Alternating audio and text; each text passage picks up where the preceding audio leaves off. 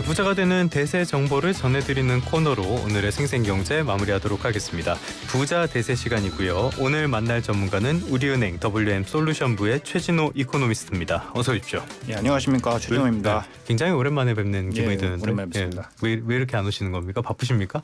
시장이 너무 시끄러워가지고 좋은 날이 없습니다. 그렇죠. 요즘은 잠도 잘 못 주무실 것 같아요. 새벽에도 한번 일어나서 뉴스 보셔야 될 것 같은데 어떠십니까? 그 정도는 습관이 좀 되어 있고요. 예. 워낙 이제 트럼프의 말 한마디에서 금융시장이 자꾸 왔다 갔다 하는 이제 그런 상황이기 때문에 주말에도 조금 긴장도를 갖고 있는 편입니다. 그렇죠. 토요일이라고 해서 맘 편하게 잘 수가 없는 그분의 영향이 있습니다. 자, 지금 원달러 환율 잠잠하다가 지난주 후반에 다시 1,450원을 넘어섰어요. 환율 동향 한번 짚어주시죠. 사실 이 트럼프 행정부가 들어서면서 우리나라 이제 원달러 환율이 1,470, 80원대 그 80원에 육박하는 그런 수준까지 갔었다가 조금 낮아지기는 했습니다만 여전히 높습니다. 특히나 이제 환율을 이제 매일매일 관찰하시는 이런 분이 아니라면은 그냥 환율 왜 이렇게 높아? 맨날 1,450원 위에 있네라고 하면서 강달러다라고 이렇게 느끼셨을 것 같은데요. 사실 이제 글로벌리 금융시장에서 달러를 더 정확하게 측정한 이 달러 지수라고 하는 그런 인덱스를 DXY를 이제 살펴보게 되면 연초 대비 달러 지수는 하락을 했습니다. 그래서 한 4% 정도 하락을 했고요.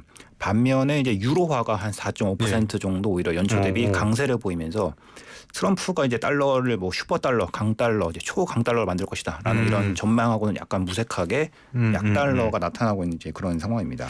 DXY는 달러화를 주요 6개 통화랑 비교한 수치고요. 달러의 가치를 이야기하는 건데 트럼프가 원하는 게 대체 뭐예요? 강달러예요? 약달러예요? 트럼프가 원하는 거는 달러 자체라기보다는 국익을 원하는 거죠.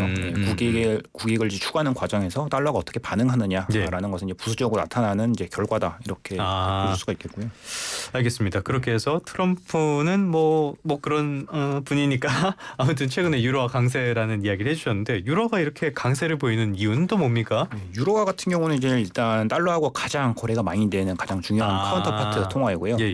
또 미국하고 독일, 이제 유럽의 존의 이제 가장 핵심국인 이제 독일과 미국과 이제 금리 차이에 의해서 가장 민감하게 움직이는 그런 통화인데요.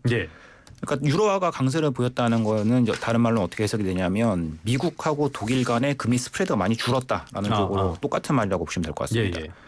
그래서 먼저 이제 미국을 좀 살펴보게 되면은요, 코로나19 이후에 미국이 경제가 굉장히 강했습니다. 그런데 이제 트럼프가 이제 집권을 하면서 여러 가지 관세 정책을 많이 내놓았고요. 그것이 분명히 미국 경제에도 해가 되는 이제 그런 측면이 있기 때문에 그런 관세 정책을 가져올 수 있는 미국 경기 하강 압력 그런 것이 조금 불거지기 시작을 했고 특히나 한 2, 3주 전쯤에는 이제 트럼프가 또 그런 말도 했죠. 경기 침체까지 마다하지 않겠다라는 그런 말을 하면서 미국의 채권 금리는 지금 굉장히 빠르게 연초 대비 내려와 있는 상황입니다. 반면에 이제 독일에서는 어떤 일이 있었냐면요. 새로운 총리가 당선이 됐습니다. 메르츠 총리가 당선이 됐는데 이 독일이라고 하는 국가는 사실 돈을 풀어가지고 경기를 부양하는 거에 있어서 굉장히 보수적인 국가입니다. 철학 자체가 그렇습니다. 옛날 2차 대전 때 아마 그 하이퍼 인플레이션에 대한 그런 트라우마 그런 게 있어서 그런지는 또 모르겠는데. 그럴 수 있겠네요. 당시에 돈으로 벽제를 바르고 이랬을 상황도 있었으니까. 금융위기 이후에 그러니까 2008년도 금융위기 이후에도 재정 준칙을 유로존에서 가장 엄격하게 지켜온 이제 그런 국가입니다. 그런데 이제 이런 독일이 우리도 재정을 풀어서 이제 경기 부양을 하겠다라고 하는 이제 그런 정책적인 시행을 하기 시작을 했고요. 그 규모가 이제 앞으로 향후 12년 동안 약 한 5천억 유로. 특히나 국방비 같은 경우에는 최근에 또 트럼프가 독일에다가 막 그 국방비 증액, 국방 부담에 대한 그런 이슈도 막 부담을 하고 있지 않습니까? 국방비 같은 경우는 부채 한도에서 예외를 시켜버렸습니다. 그러면서 재정 지출을 굉장히 많이 할 거다라는 그런 이슈 때문에 그러면은 이제 아무래도 채권 발행을 많이 해야 되겠죠. 그래서 이런 공급적인 이슈 때문에 독일의 금리는 지금 많이 올라와 있는 상황입니다. 그러다 보니까 미국에선 금리가 내려가고 독일에선 금리가 올라가다 보니까 이 미국과 독일 간의 금리 스프레드가 줄어들면서 유로화가 강세를 보이기 시작했고 유로화가 강세를 보이니까 유로화의 가장 큰 카운터파트 통화인 달러는 반사적으로 내려가게 됐다. 이런 현상으로 보시면 될 것 같습니다. 알겠습니다. 독일 하면은 군비 확장 이런 거에 굉장히 좀 보수적이고 소극적인 나라로 알려져 있었는데 분위기가 확실히 달라진 것 같기는 해요. 그런데 유로화가 강세를 보이면은 원달러 환율 이것도 낮아져야지 정상 아닙니까?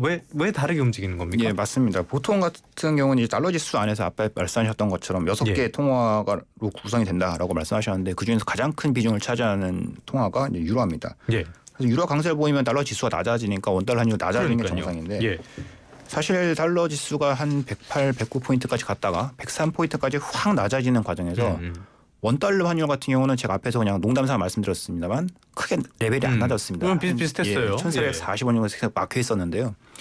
그 이유가 이제 뭐냐면 다른 말로 쉽게 설명을 드리자면 원화가 강세를 보이지 못했다. 즉 대외에서 달러가 약하더라도 원화 자체의 디스카운트 요인이 아직 남아있다라고 이렇게 해석을 하실 수가 있을 것 같습니다. 그런 이제 대표적인 디스카운트 요인은 아마 한 2개 정도를 들 수가 있겠죠. 첫 번째는 트럼프 정책에 대한 이제 노출도가 굉장히 한국이 높다라는 것이고요.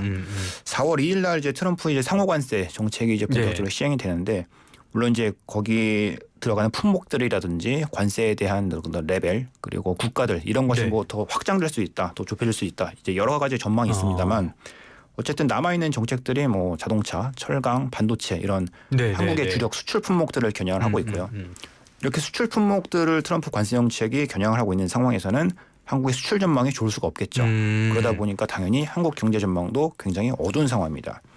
한국은행에서 전망하는 올해 한국 경제 성장률은 1.5% 정도 수준이고요. 일부 좀 비관적인 외사에서는 1% 초반, 1.2%, 3%까지 뭐 그렇죠. 보고 있는 상황입니다. 그래서 이런 식으로 한국의 경제가 조금 앞날이 불투명하다라는 것이 첫 번째 디스카운트이고요. 두 번째 같은 경우에는 아무래도 정치적인 리스크 요인 이걸 또 말을 안 할 수가 없겠죠. 역시 정치적인 불확실성이 계속 영향을 주고 있군요.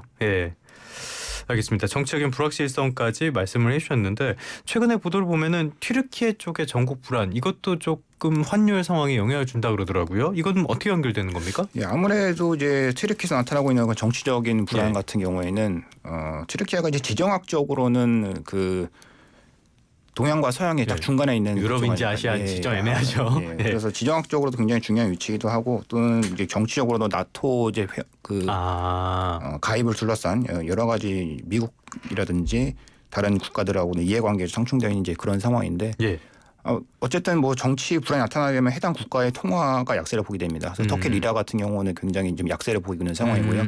만약에 터키에서 금융 불안 때문에 자본 엑소스가 나타난다라고 한다면은 터키에다가 돈을 많이 꽂은 국가들이 대부분 이제 선진 국가들입니다. 유럽 또는 이제 프랑스 같은 이런 국가들인데 그런 국가들이 금융기관들이 좀 위험해질 수가 있겠죠. 그렇게 되다 보면은 튀르키예라는 국가 하나가 차지하고 있는 글로벌리 비중은 그렇게 크지가 않지만 유럽 주요 이제 금융기관들이 만약에 그런 익스포지 노출된다라고 할 때에는 분명히 금융시장에 파장을 일으킬 수가 있기 때문에 안전자산 선호로 이어지면서 그런 것들이 달러 강세를 또 유발할 수가 있는 그런 요인입니다. 결국에는 그러면 튀르키예 한 나라의 문제가 아니라 이게 유럽이랑 연결이 된다라고 봐야겠네요. 맞습니다.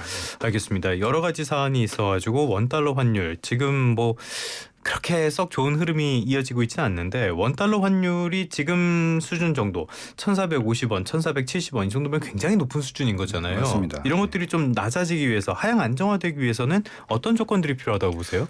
환율이 좀 안정되려면은 저는 이제 크게 3가지 정도를 이제 보고 있는데요. 첫 번째는 아무래도 가장 중요한 이제 미국의 통화 정책이겠죠.